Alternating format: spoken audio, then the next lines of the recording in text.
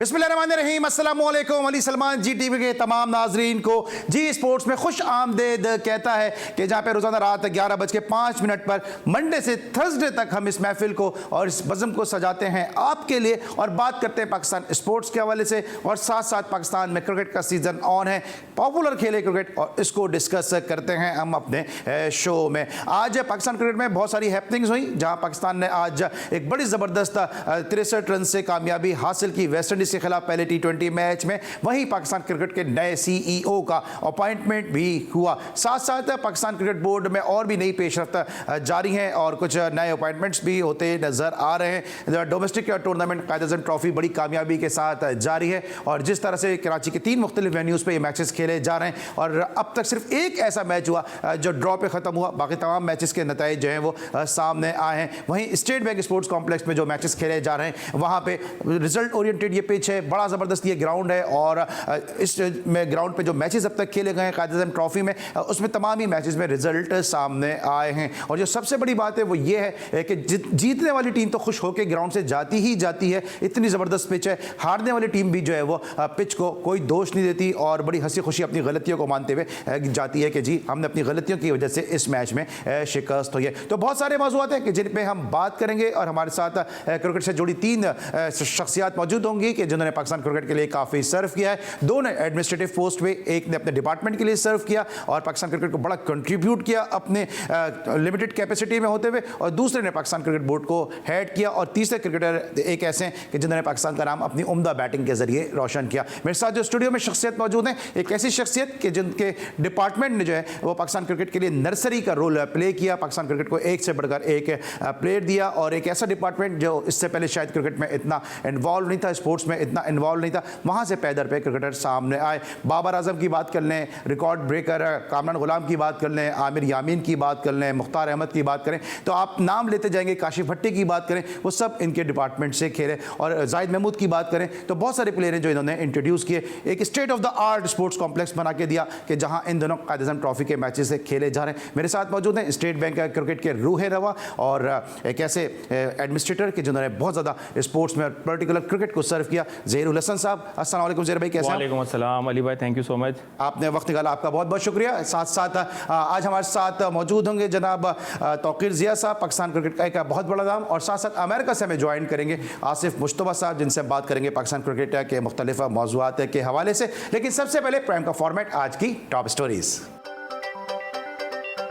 पाकिस्तान ने West Indies को पहले T20 मैच में 63 रन से शिकस्त देकर 3 मैचेस की सीरीज में 1-0 की बढ़तरी हासिल कर ली। फैसल हसनैन पाकिस्तान क्रिकेट बोर्ड के नए चीफ एग्जीक्यूटिव मुकर्रर। फैसल हसनैन जनवरी 2022 में ओहदे का चार्ज संभालेंगे। चेयरमैन PCB रमीज राजा ने कराची और लाहौर में ड्रॉप इन पिचेस लगाने का ऐलान कर दिया। 37 करोड़ की इन्वेस्टमेंट जो है वो आरिफ हबीब साहब ने हमारे साथ की है। एक ड्रॉप इन पिच लाहौर में इंशाल्लाह और एक कराची में। PSL के 7वें एडिशन की ड्राफ्टिंग मुकम्मल। उमर अकमल की लीग में वापसी, कामरान अकमल का सिल्वर कैटेगरी में खेलने से इंकार। क्रिस गेल, पेंटंक, अहमद शहजाद, मोहम्मद इरफान समेत कई बड़े नाम जगह बनाने में नाकाम। PSL ड्राफ्ट के लिए क्रिकेटर्स की फहरिस्त PCB ने तरतीब दी। हो सकता है चेयरमैन रमीज राजा के कहने पर खिलाड़ियों की कैटेगरीज तब्दील हुई हों। I don't know, probably. But PCB is Ramesh, so yeah, probably yes. Lahore Qalandars का दोबारा हिस्सा बनने पर बहुत खुश हूँ और एक मर्तबा फिर PSL में खेलने का मुंतज़िर हूँ। I am so excited and pleased to be back with the Lahore Qalandar for PSL 7. Shahid Afridi Kashmir premier league के दूसरे सीजन में भी ब्रांड एम्बेसडर मुकर्रर। भारतीय कप्तान रोहित शर्मा हैमस्ट्रिंग इंजरी की वजह से जनूबी अफ्रीका के खिलाफ टेस्ट सीरीज से बाहर। कौम से गुजारिश है कि पाकिस्तान हॉकी टीम के लिए दुआ करें। टीम की बड़ी फतह से पाकिस्तान हॉकी में बेहतरी आएगी। Coach Olympian Sameer Hussain. और मेरी कौम से गुजारिश है कि पाकिस्तान के लिए दुआ करें ताकि पाकिस्तान हॉकी में एक बड़ी विक्ट्री है और पाकिस्तान हॉकी रिवाइव हो। ऑलराइट जनाब, आपने सुना समीर हुसैन को। अक्सर हमारे शोज़ का हिस्सा भी होते हैं पाकिस्तान हॉकी टीम के कोच ओलंपियन समीर हुसैन। और अब जो है वो दावा तो वो कर रहे हैं, लेकिन साथ साथ उन्होंने कौम से कहा है कि वो दुआ करें जो है पाकिस्तान की जो हॉकी है दोबारा फ्लरिश करे और पाकिस्तान जो है अपनी हॉकी के ज़रिए लॉरेल्स और मेडल्स लेकर आए। लेकिन सबसे पहले हम बात करेंगे पाकिस्तान क्रिकेट बोर्ड के newly appointed chief executive Faisal Hasnain साहब के हवाले से, कि जिन्होंने हमें ज्वाइन किया है एज ए CEO। और वसीम खान साहब ने जो काम छोड़ा था उस काम को कितना बेहतर करेंगे, कितनी उसमें नई जो है वो इनोवेशन लेकर आएंगे, पाकिस्तान क्रिकेट के हवाले से क्या करेंगे, यकीनन इनका क्या विजन होगा ये तो आने वाला वक्त ही बताएगा। लेकिन अब तक के जो इन्होंने सर्विसेज दी हैं उसमें आपको बताते चले कि जनवरी 2022 में ये अपने ओहदे का चार्ज संभालेंगे। यूके से इन्होंने चार्टर्ड अकाउंटेंसी की डिग्री हासिल कर रखी है। इसके अलावा स्पोर्ट्स एडमिनिस्ट्रेशन और फाइनेंस में 35 साल से ज़्यादा का तजुर्बा रखते हैं। ICC में बतौर CFO यानी चीफ फाइनेंशियल ऑफिसर ये तैनात रहे और जिम्बाब्वे क्रिकेट के MD भी रह चुके हैं।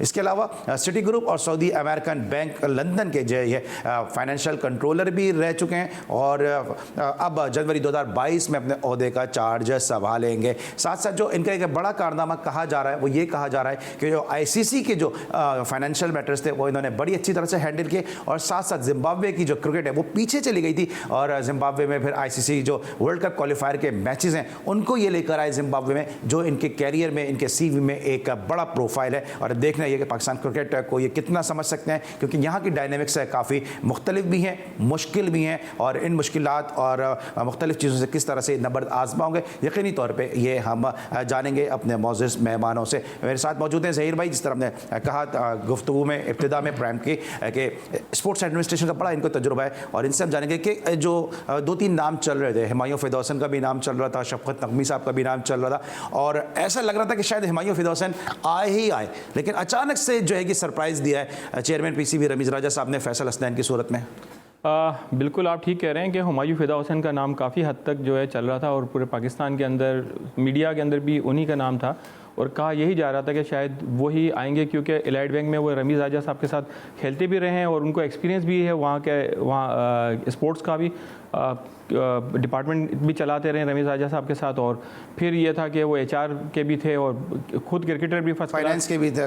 हाँ, फाइनेंस के भी थे, अच्छी क्वालिफाइड और तालीम याफ्ता हैं और इसके अलावा जो है वो फर्स्ट क्लास क्रिकेट भी खेली हुई है, पाकिस्तान की क्रिकेट से वाकिफ़ भी हैं, पाकिस्तान की जो क्रिकेट में जो प्रॉब्लम्स हैं उससे भी वो वाकिफ़ हैं।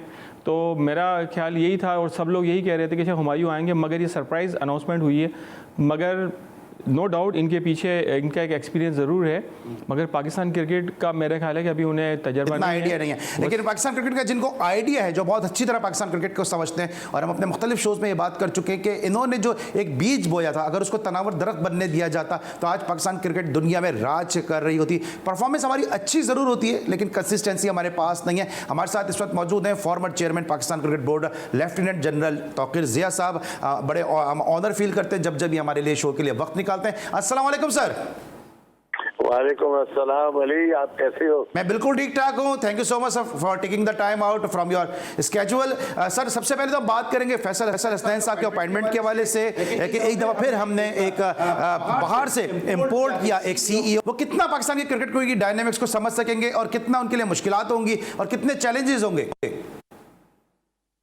देखो अली, मैं फैसल को जानता हूँ 2003 तक, चूँकि ये ICC में फाइनेंस के ऑफिसर थे। उस वक्त ये बैचलर भी थे, शादीशुदा नहीं थे, बहुत एनर्जेटिक, बहुत अपराइट, जो उसके फाइनेंशियल मैटर्स है। और मैं तो उनको उसके बाद तो खैर 18 साल हो गए, मुझे तो उनसे कोई मुलाकात नहीं है। Very helpful man, very positive man.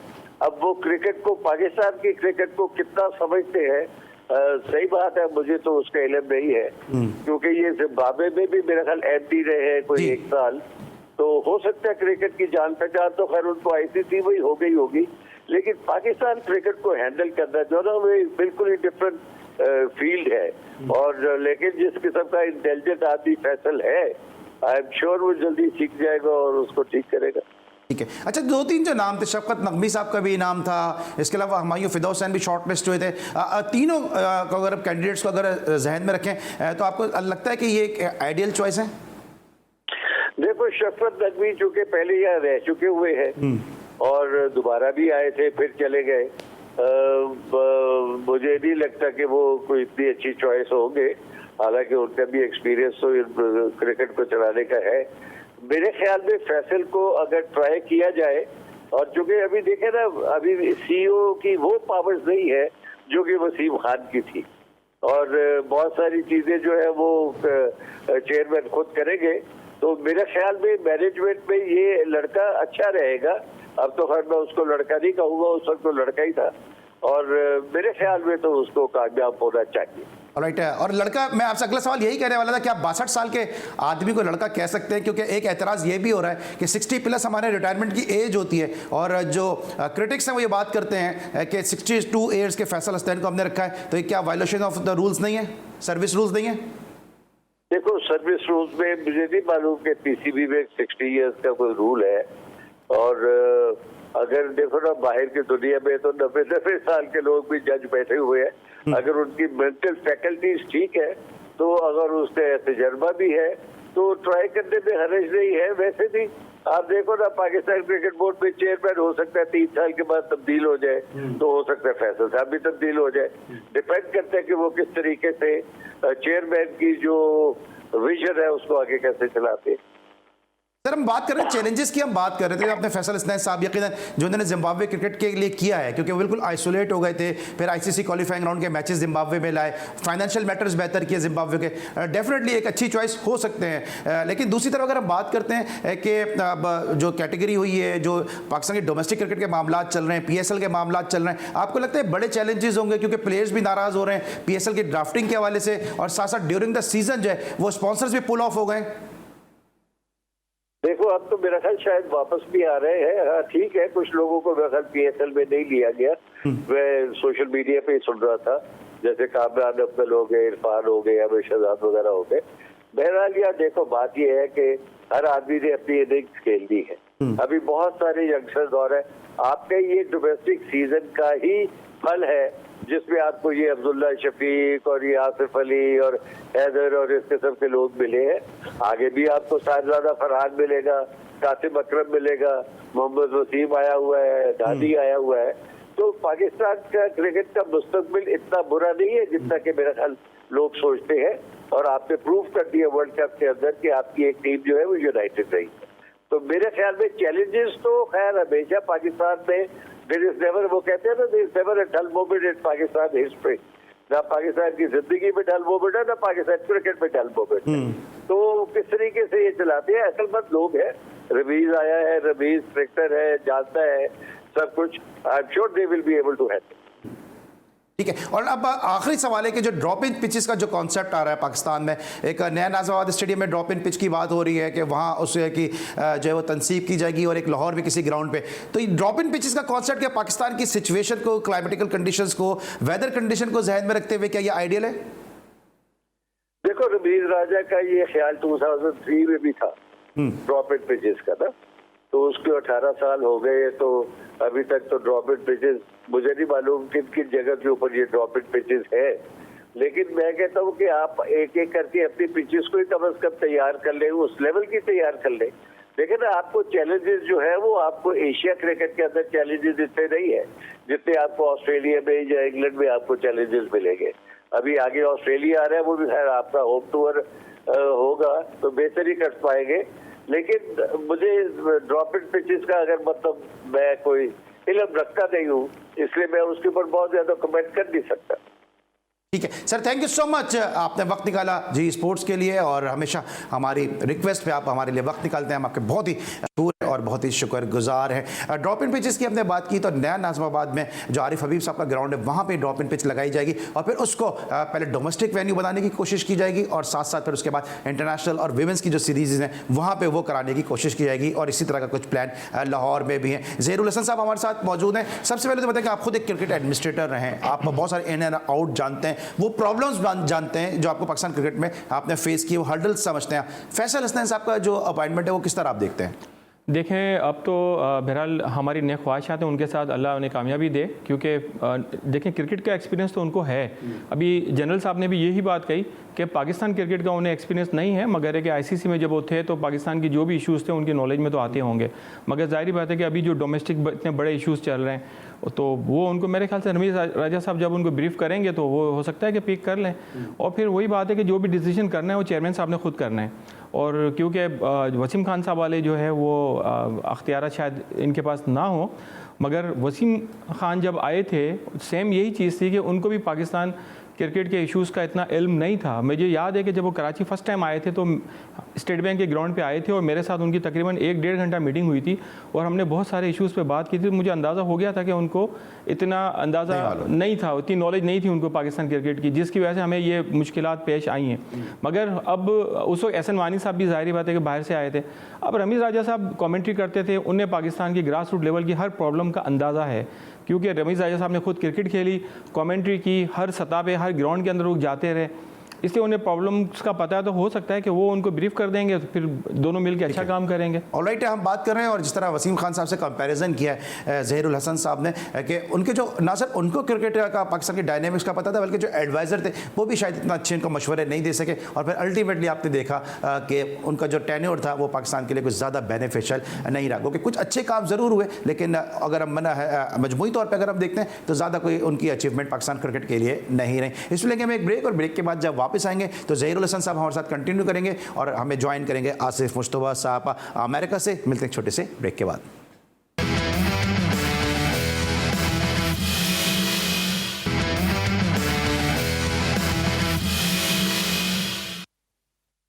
Welcome back after the break. और ब्रेक पर जाने से पहले तौकीर ज़िया साहब हमारे साथ मौजूद थे और ज़हीरुल हसन साहब हमारे साथ कंटिन्यू कर रहे हैं, और हम बात करते हैं पाकिस्तान के डोमेस्टिक जो क्रिकेटर हैं उनके हवाले से, पाकिस्तान के डोमेस्टिक क्रिकेट के हवाले से, और पीएसएल से मैं जो है वो कैटेगरी को लेकर बहुत सारे प्लेयर्स नाराज़ भी हैं, कुछ प्लेयर्स को पिक भी नहीं किया गया। अहमद शहजाद जैसा प्लेयर और यहाँ पे पिक नहीं हुआ, साहबजादा फरहान जैसा प्लेयर यहाँ पे पिक नहीं हुआ, तो बहुत सारे ऐसे प्लेयर हैं जो पिक भी नहीं हुए, और जो पिक हुए वो अपनी कैटेगरी के हवाले से खुश नहीं हैं। कामरान अकमल ने अपने तहफ़्फ़ुज़ात का इजहार किया अपनी सिल्वर कैटेगरी को लेकर, और उन्होंने जो है एहतजाजन जो है वो दस्तबरदारी का भी ऐलान कर दिया था। लेकिन कामरान अकमल का जो डिमोशन हुआ है वो गोल्ड से सिल्वर कैटेगरी में, उसको लेकर जो पाकिस्तान क्रिकेट के जो बड़े हैं पेशावर ज़ल्मी के जो मोहम्मद अकरम है वो क्या कहते हैं, वसीम अकरम और रमीज़ राजा साहब ने क्या कहा, आइए पहले ज़रा वो सब सुनते हैं।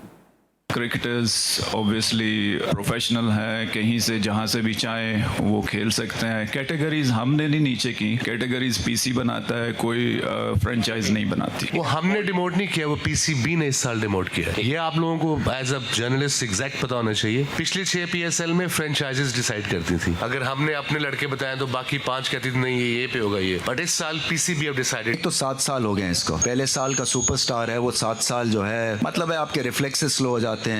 एक तो ये है, दूसरा हमने देखना है पाकिस्तान को कौन सर्व करेगा, हमारा फ्यूचर जो है वो किन प्लेयर्स के हाथ में है, और फिर जो रेगुलरली खेलते हैं उनकी आपको इज्जत करनी है, जिनका फ्यूचर है उनकी इज्जत करनी है। और नया दौर आ रहा है, और आई थिंक ठीक है, मैं समझ सकता हूँ कि गम और गुस्सा होता है कईयों को, but I think practical situation बड़ी सिंपल सी है कि फ्यूचर को सामने रख के ये कैटेगरीज बनी हैं, और आई थिंक आपको भी इस चीज़ के ऊपर गौर देना है कि ना सिर्फ just for the sake of headlines जो हैं वो किसी को आप प्रमोट करें। पॉइंट ये कहने का है कि आपको भी पता है कि जो सर्किट से बाहर हो चुके हैं प्लेयर्स, उनका जो है ऊपर खेलना ज़रूरी है, या कि जो हमारे बडिंग सुपरस्टार्स बन रहे हैं जिन्होंने वर्ल्ड कप में या हमारे साथ दिल लगा के खेला है, उनका ड्यू बनता है। जी नाज़रीन, आपने सुनी रमीज़ राजा साहब की वजाहत भी, साथ साथ वसीम अकरम और मोहम्मद अकरम के तहफ़्फ़ुज़ात भी कामरान अकमल के इस इशू को लेके। ज़हीरुल हसन साहब हमारे साथ मौजूद हैं। ज़हीरुल हसन साहब, आपको क्या लगता है कि ये जो कैटेगरीज बनाई गई हैं पीएसएल के 7वें एडिशन के लिए पहली मरतबा जो है कैटेगरीज को अनाउंस किया है और जो डिज़ाइन किया है वो पीसीबी ने किया है, और कामरान अकमल के हवाले से जो है जाहिर सी बात है उन्होंने दस्तबरदारी का भी फैसला किया, क्योंकि प्रूवन प्लेयर है और ज़ल्मी के लिए बड़ी उनकी सर्विसेज हैं। देखें, कामरान अकमल के साथ बहुत ज़्यादती की है। पीसीबी ने उनको सिल्वर में नहीं रखा था, पीसीबी ने उनको प्लाटिनियम से गोल्ड के अंदर लेकर आए थे। गोल्ड से जो पिक करना था वो जल्मी के कोच ने करना था, अकरम ने। अकरम जो यहाँ कह रहे हैं कि ये पीसीबी जो उनको नीचे लेकर आई है, पीसीबी कोई सिल्वर में तो लेकर नहीं आई है उनको, कि जो है ना वो कामरान को गोल्ड से सिल्वर में तो आपने पिक नहीं किया वहाँ पर, तो कामरान के साथ तो इन्होंने धोखा किया। और कामरान अकमल आप बताएं कि 3 सेंचुरी किसने की है PSL में? कामरान ने की है। इस वक्त टॉप मेरे ख्याल से 2nd पोजीशन पर है इस वक्त PSL में रन्स के हिसाब से, और फिर पूरी पाकिस्तान के फेवरेट बैट्समैन भी है। आप देखें PSL की जान है, जिन्होंने मतलब है कि ज़ल्मी को यहाँ तक लेकर आए, तो इनके साथ ये ज्यादती कि आप ये सारा इल्ज़ाम पीसीबी के ऊपर लगा रहे हैं कि पीसीबी। लेकिन सर इसमें एक सवाल ही पैदा होता है ना, जब पीसीबी का जो प्रेस रिलीज, हर मामले में प्रेस रिलीज आती है, इस मामले में पीसीबी रमीज भाई ने तो क्लियर कर दिया, ठीक है, लेकिन पीसीबी का जो मीडिया डिपार्टमेंट है वो प्रेस रिलीज क्यों नहीं देता कि जी हमने इनको जो है वो गोल्ड में रखा था, सिल्वर में ज़ल्मी ने खुद इनको पिक किया? देखें बिल्कुल ठीक कह रहे हैं आप, इस हवाले से जो है प्रेस रिलीज आनी चाहिए, क्योंकि वसीम अकरम और अकरम जो है दोनों सारा इल्ज़ाम पीसीबी पे लगा रहे हैं, ये गलत है। इससे बेहतर तो ये था सिल्वर की जगह आप सप्लीमेंट्री में उठा लेते, उनको वही 1.5 करोड़ रुपया मिलता है जो गोल्ड के अंदर 1.5 करोड़ मिलना था, अब उनको 30-35 लाख रुपए मिलेगा। मगर मेरा ख्याल ये है कि इसको कंपलसेट अगर करें, मेरा ख्याल है रियाज आफरीदी, जावेद आफरीदी जो है शायद उनको अभी तक इस बात का हो सकता है इल्म ना हो कि अंदर क्या गेम खेला गया है, इनको ब्रांड एम्बेसडर बनाना चाहिए। तो बैठे थे वो, हो सकता है, देखें वो एक अलग चीज़ है, मगर एक आपको भी पता है कि जब हमारे कोचेस जो बैठते हैं, क्या ऐसा लगता है क्योंकि वो जूम पे थे तो सकता है उनसे ओवरलुक हो गया, लेकिन ऐसा इम्कान तो भरल नहीं है, देखिए जूम पे थे वो वहाँ पे। देखें ब्रांड एम्बेसडर बना दें उनको कवर कहीं से करना पड़ेगा। वो कहा तो है अकरम ने कि भाई पैसे उनको वही मिलेंगे, लेकिन जो उनकी कैटेगरी है वो यही रहेगी। कैटेगरी तो जाहिर बात है, अब जब उन्होंने जब उठाया सिल्वर में तो वो तो देखें एक प्लेयर्स की इंसल्ट कर रहे हैं ना, जिसने ये वो प्लेयर्स हैं जिन्होंने पाकिस्तान के अंदर PSL के अंदर जान पैदा की है, ठीक है, उन्हीं को आप, ठीक है गोल्ड में पीसीबी ने कर दिया कोई बात नहीं, उनको भी एतराज़ नहीं था, गोल्ड में आप पिक कर लेते, आपने गोल्ड में भी पिक नहीं किया और आपने जाकर सिल्वर में पिक किया, आप इसको सप्लीमेंट्री में पिक करते हैं, वही 1.5 करोड़ रुपये उनको सप्लीमेंट्री के पेमेंट वही मिलती है जो जिस कैटेगरी में वो अनाउंस हुआ होता है, ये बाकायदा इनकी टर्म एंड कंडीशन है PSL की। तो इनको ये चाहिए था कि ये करते, मगर अब जब सब कुछ हो गया है तो मेरा ख्याल है इनको ब्रांड एम्बेसडर का खिताब देना चाहिए और कामरान अकमल को दोबारा से उनसे रिक्वेस्ट करके दोबारा लेके आना चाहिए। ये वो प्लेयर्स हैं, देखें ये आप मैं कामरान अकमल की अक्सर सोशल मीडिया पे वीडियो देखता हूँ, सारा साल वो क्रिकेट खेल रहे होते हैं, ठीक है, बात ये नहीं है कि 40 साल का प्लेयर हो गया या 44 साल का प्लेयर हो गया।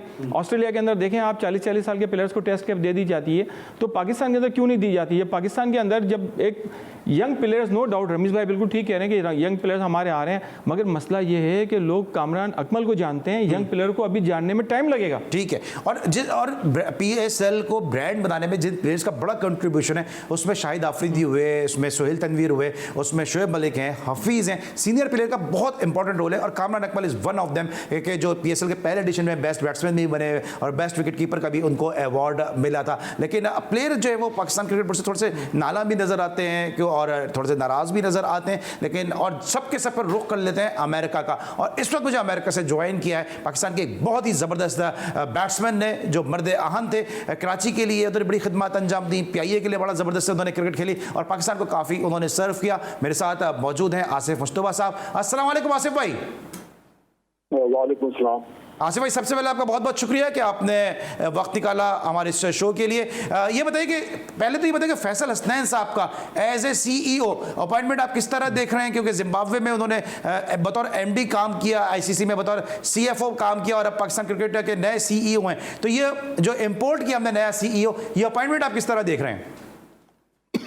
देखिए उनका जो रेज्यूमे है वो तो काफ़ी स्ट्रॉन्ग है, तो उसमें हम ये उम्मीद कर सकते हैं जिस तरह उन्होंने ICC या जिम्बाब्वे या दूसरी जगह पे काम किया है और जिस तरह उसको इतने ऐसे काम किया, डेफिनेटली अच्छा काम किया होगा, तो इतनी देर तक वो वहाँ पे उन्होंने ठहरे।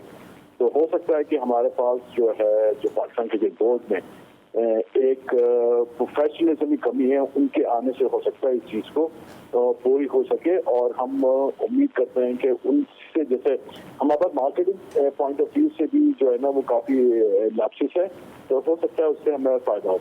तो लेट्स सी, यही कह सकते हैं कि उनके एक्सपीरियंस से फ़ायदा उठाना चाहिए पाकिस्तान क्रिकेट बोर्ड को।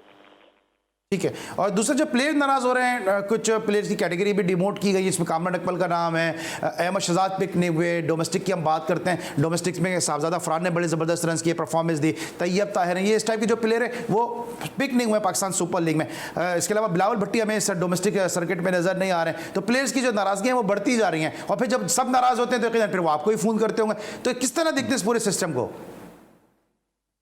देखें जो फ्रेंचाइजी क्रिकेट है ना, इसमें जो फ्रेंचाइज ओनर्स हैं, उनके जो कोचेस हैं, वो जो बेहतर समझते होंगे अपनी टीम के लिए वो प्लेयर्स पिक करते हैं। हाँ, अगर जो डोमेस्टिक क्रिकेट की परफॉर्मेंस हैं जो फर्स्ट क्लास में खेल रहे हैं और जो दूसरी जो अपना जो एक मैचेस में वो परफॉर्म करते हैं और पाकिस्तान टीम ना सेलेक्ट करे, तो मैं समझता हूँ कि उसमें उनकी नाराजगी बनती है। फ्रेंचाइजी क्रिकेट में अगर वो पिक नहीं होते तो मेरा नहीं ख्याल कि उनको नाराज होना चाहिए, और ये एक डिफरेंट एंटिटी है, ठीक है ना, तो उसमें कोई बात नहीं निकलेगा। पाकिस्तान टीम में उनको प्रॉब्लम हो या कुछ सेलेक्ट ना किया जाए तो उनको डेफिनेटली शिकायत कर सकते हैं इस बात के। और जहाँ तक रिमोट और प्रमोशन की बात है, वो जो भी चीजें होती है वो इस वजह से होती है कि आपने परफॉर्मेंस की है नहीं की है, आपकी जो स्पोर्ट्स है वो कितनी अहमियत देता है किसी भी टीम के लिए, तो सारा कुछ वर्कआउट करके देते हैं। और फ्रेंचाइज के लिए कभी भी ऐसा नहीं चाहिए कि उनका कोई भी ऐसा प्लेयर मिस हो जाए जो उनके लिए यूजफुल हो। ठीक है, आसिफ भाई हमारे साथ कंटिन्यू करेंगे और ज़हीरुल हसन साहब भी हमारे साथ कंटिन्यू करेंगे। इसलिए हम लेंगे एक ब्रेक, और जब ब्रेक के बाद वापस आएंगे तो हम बात करेंगे पाकिस्तान और वेस्ट इंडीज़ की टीमों के दरमियान आज से सीरीज़ का आगाज़ हुआ और पहले ही मैच में पाकिस्तान ने 63 रन के एक बड़े मार्जिन से कामयाबी हासिल की और कैलेंडर ईयर में 18वीं जो है वो फतह हासिल करते हुए रिकॉर्ड बुक में अपना नाम दर्ज करवाया। लेंगे ब्रेक, और ब्रेक का इन तमाम मौज़ूआत को डिस्कस करेंगे।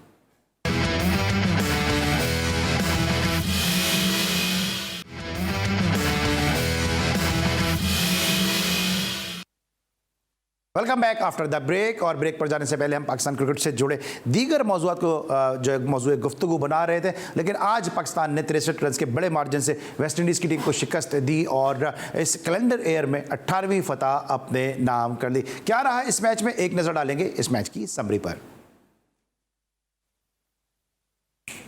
यहाँ पे इस मैच की ये समरी है कि जहाँ पे पाकिस्तान ने पहले बैटिंग करते हुए 200 रन स्कोर किए 6 विकेटों के नुकसान पर। मोहम्मद रिजवान ने 78 रन की इनिंग खेली, हैदर अली 68 रन बनाने में कामयाब रहे और जिस तरह फिनिश किया मोहम्मद नवाज ने 30 रन की बड़ी ज़बरदस्त इनिंग खेली।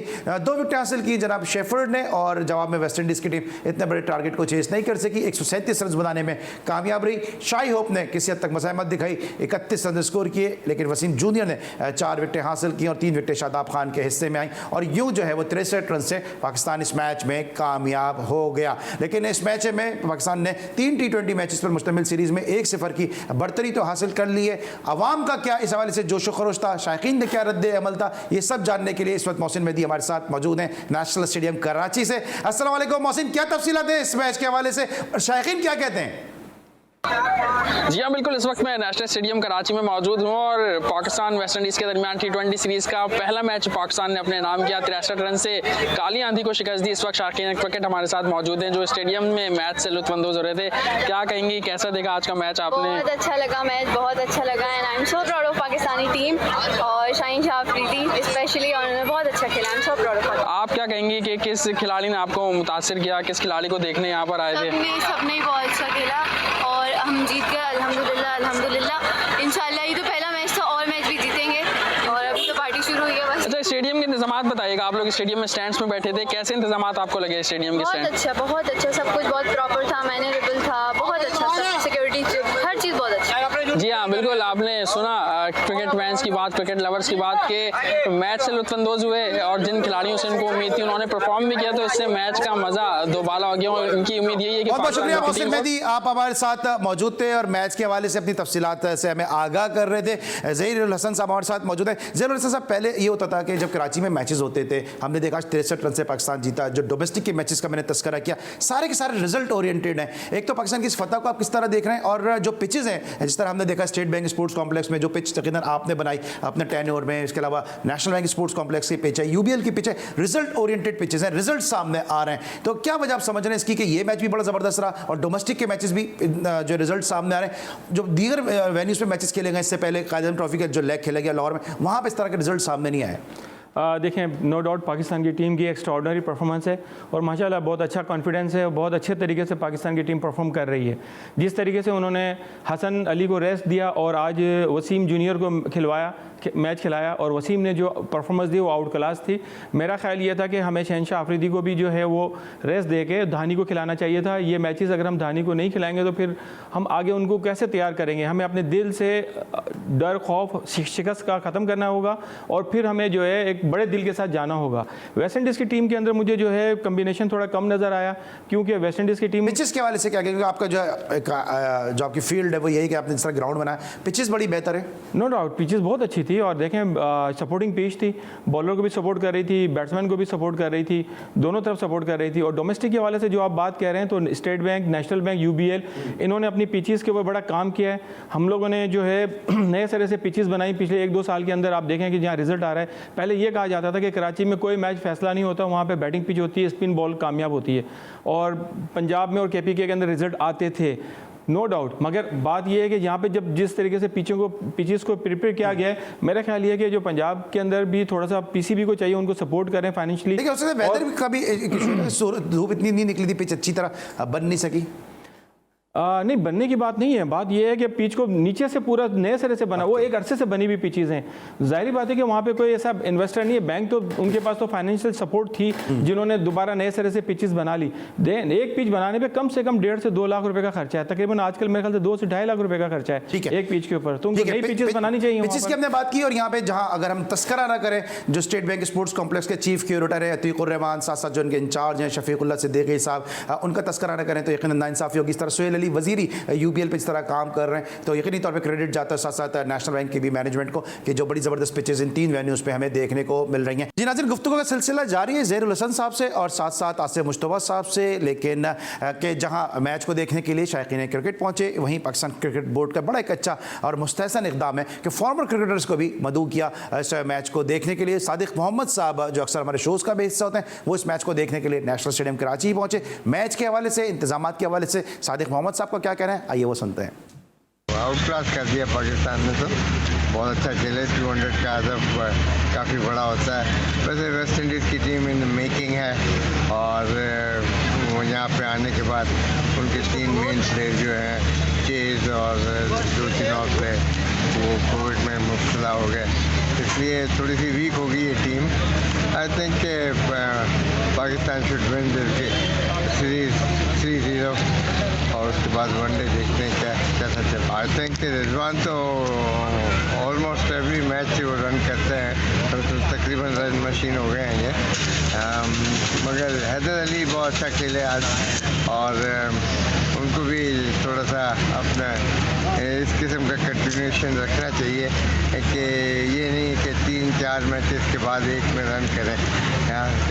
जो अर्ली जाते हैं, काफ़ी नंबर ऑफ ओवर्स होती है, खेलने का तरीक़ेकार सीखें, तो जिस तरह के उनके पास शॉट्स हैं वो मैं समझता हूँ कि वो काफ़ी बड़े स्कोर कर सकते हैं बाबर आजम। जी नाज़रीन, आपने सुना लेजेंडरी सादिक मोहम्मद साहब को इस मैच के हवाले से, लेकिन आम आदमी की क्या राय है, शायकीन क्रिकेट की क्या राय है, उनका क्या कहना है इस मैच के हवाले से, आइए वो भी सुनते हैं। जबरदस्त विन है, इंशाल्लाह हो ही जाएगा, ऑलमोस्ट क्रिकेट गेम सबने बहुत ज़बरदस्त खेला है। मोहम्मद रिजवान ने ज़बरदस्त बैटिंग की है, बाकी भी बॉलर सब ने फैंटास्टिक किया था। मुझे बहुत मज़ा आया मैच देख के, और आई होप इंशाल्लाह आगे भी ऐसे मैचेस होते रहें और हम आएंगे देखने। आज का मैच बहुत ज़बरदस्त रहा, और मैं ऑस्ट्रेलिया से आई हूँ स्पेशली देखने के लिए, और उम्मीद नहीं थी, लेकिन ये है कि बहुत अच्छा रहा। अब देखें वेस्ट इंडीज़ आई है, और भी कंट्रीज़ आ रही हैं, इंशाल्लाह इधर का जज्बा और ही है, और इंशाल्लाह आएंगी टीमें, खेलेंगी, और पाकिस्तान का नाम रोशन होगा क्रिकेट। जी नाज़रीन, आपने शायकीन ने क्रिकेट की गुफ्तगू सुनी, सब एक्साइटेड है, पुरजोश हैं पाकिस्तान और वेस्ट इंडीज़ की सीरीज़ के हवाले से। आसिफ भाई, पाकिस्तान की इस फतह के हवाले से क्या कहेंगे? पहला ही मैच पाकिस्तान गो के वेस्ट इंडीज़ की कमज़ोर टीम थी, लेकिन 63 रन की फतह एक बड़ी फतह है और बड़ा मायने रखती है। पहले ये बात बता दें कि T20 में कोई भी टीम कमज़ोर नहीं होती।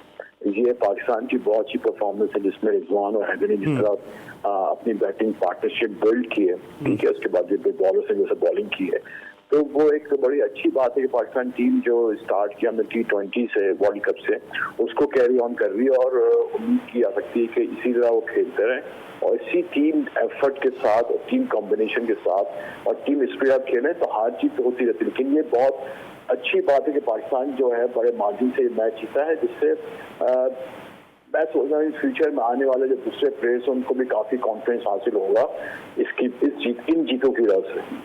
आपको लगता है भाई कि अब नेक्स्ट मैचेस में हमने देख लिया, वेस्ट इंडीज को एनालाइज कर लिया कि पाकिस्तान कहीं मजबूत है, तो नेक्स्ट मैचेस में क्या हम यंग प्लेयर को इंडक्ट कर सकते हैं ताकि हमें अगला भी जो T20 वर्ल्ड कप इसको जहन में रखना है? देखिए, मैं आपको बताऊं कि जो मैनेजमेंट है, जो कोचेस हैं, काफी एक्सपीरियंस हैं वहाँ पे, और वो जिस तरह समझते हैं कौन सा प्लेयर किस वक्त इंडक्ट करना चाहिए वो उसी तरह इंडक्ट करेंगे।